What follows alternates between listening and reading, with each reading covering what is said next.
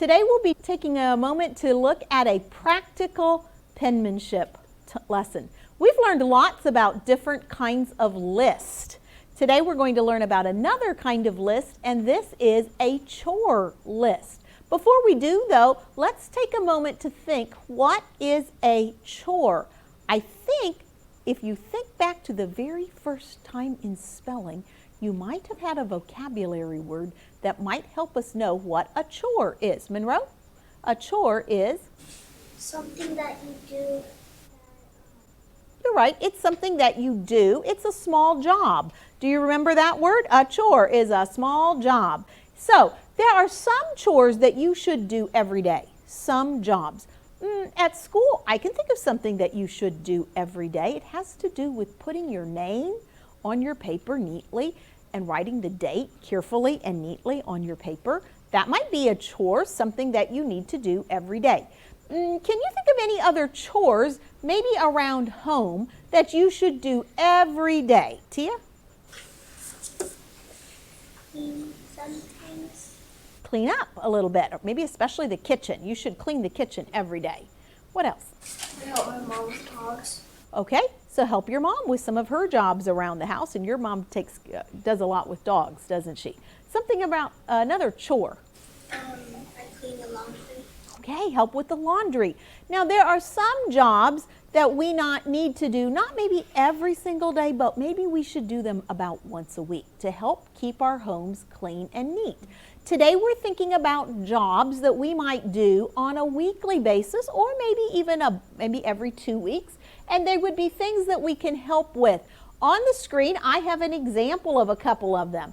Washing the windows is a chore. It's a job that needs to be done once in a while, maybe not every day, every week, but it should be done somewhat regularly so that your windows stay nice and sparkly clean. Another one would be to organize the closet. Can you think of some other chores that we might need to do on a weekly basis, Scarlett? Maybe sweep and mop. Oh yeah, sweep and mop the floor to keep the house clean. What else, Tim? Make your bed if it's messy. Okay, that probably would be a daily chore. At my house, that would be a requirement if you lived at my house to make your bed. Could you think of something else that you would do weekly?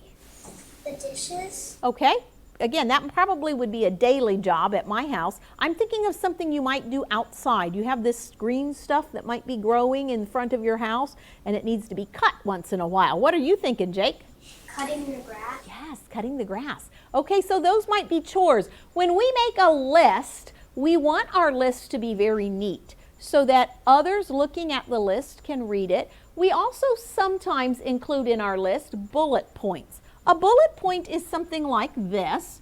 It's showing us this is something that needs to be done, but it doesn't have to be done in a specific order. It might be that you were going to organize the closet before you wash the windows. When you write, whether you're writing a list or whether you're writing at school, you'll want to be very careful to form letters neatly. When I look at this word, I want to be very careful with the connection between the W and the A, and here the W and the I. Watch the connection. There's our W. We want consistent spacing. Then we're going into the A, the S, and the H. And we want a consistent space. We want that careful connecting stroke. Here's it. N, D. Watch the height on the D. Oh, here's a letter we want to be careful of. The O coming across, another W. There's another connecting stroke. And watch this S. It is going to close and come on out.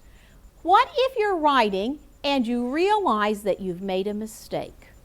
Well, the first thing you check to see is, do I have an eraser on the end of my pencil? If you have an eraser, neatly and carefully erase your mistake. If you do not have an eraser and you've made a mistake, this is what you would do. Let's suppose I was writing the W here, and later I looked at it and I said, oh my, I made a mistake. You would take your pencil and draw one neat line through it, and then you would write it again. And you would continue. We want our paper to be neat.